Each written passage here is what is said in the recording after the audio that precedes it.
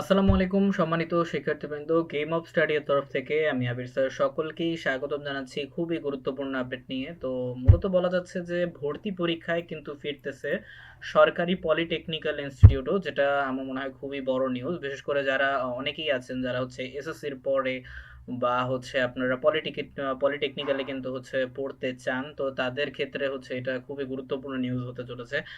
ওকে, তো বলা যাচ্ছে ভর্তি পরীক্ষায় সেটা কিন্তু ফিরতেছে আবারও, ঠিক আছে? কারণ মাঝে দিয়ে আপনারা জানেন তো মোটামুটি পয়েন্টের ভিত্তিতে কিন্তু আগে নিয়ে নিত, তো এখন থেকে আর এরকম হইতেছে না, ভর্তি পরীক্ষায় কিন্তু থাকবে। তো আমরা একটু বিস্তারিত জেনে নিই। তো বলা হচ্ছে যে সরকারি পলিটেকনিক ইনস্টিটিউটে ফের ভর্তি পরীক্ষা পদ্ধতির চালুর উদ্যোগ নিয়েছে কারিগরি শিক্ষা বোর্ড। এরপর চলতি নিয়মে প্রথম পর্বের ভর্তিতে শিক্ষার্থীরা জিপিএ অনুযায়ী ভর্তির সুযোগ পেলেও আসছে সেশন থেকে পরীক্ষার দিয়ে ভর্তি হতে হবে, ঠিক আছে?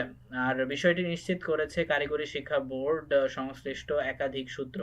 জানা গেছে এর আগে সরকারি পলিটেকনিক্যাল ইনস্টিটিউটে ভর্তি পরীক্ষা চালু থাকলেও 2016 সালে তৎকালীন আওয়ামী সরকার এই পদ্ধতি বাতিল করে জিপিএ অনুযায়ী শিক্ষার্থী ভর্তির নিয়ম চালু করে, ঠিক আছে? পতিত আওয়ামী লীগ সরকারের এই সিদ্ধান্ত বাদ দিয়ে পুনরায় ভর্তি পরীক্ষা পদ্ধতিতে ফিরছে চলতি কারিগরি বোর্ড।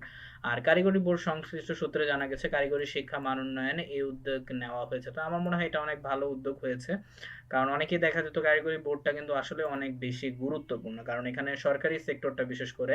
আর এর আগে যে সর্বশেষ 2016 সাল পর্যন্ত ভর্তি পরীক্ষার মধ্য দিয়ে শিক্ষার্থী ভর্তি নিত পলিটেকনিক্যাল ইনস্টিটিউটগুলো। বোর্ড সংশ্লিষ্টদের মতো জিপিএ পদ্ধতির কারণে প্রকৃত মেধাবীরা ভর্তির সুযোগ হাতছাড়া করছেন। এরপর পতিত আওয়ামী লীগ সরকার কর্তৃক গ্রহণযোগ্যতা ভর্তি পরীক্ষার পদ্ধতি বাদ দিয়ে মানসম্মত শিক্ষার্থী হারাচ্ছেন ইনস্টিটিউটগুলো। তো এটা আসলে অনেক গুরুত্বপূর্ণ বিষয়। তো আবারও হচ্ছে আপনার চালু হচ্ছে ভর্তি পরীক্ষা পলিটেকনিক্যালে। তো অনেক অনেক শুভকামনা রইলো, বিশেষ করে যারা ভর্তি পরীক্ষা দিবেন তাদের জন্য। আর এ ধরনের নিয়মিত আপডেট পেতে অবশ্যই চ্যানেলটিকে সাবস্ক্রাইব করতে ভুলবেন না। ধন্যবাদ সবাইকে। আল্লাহ হাফেজ।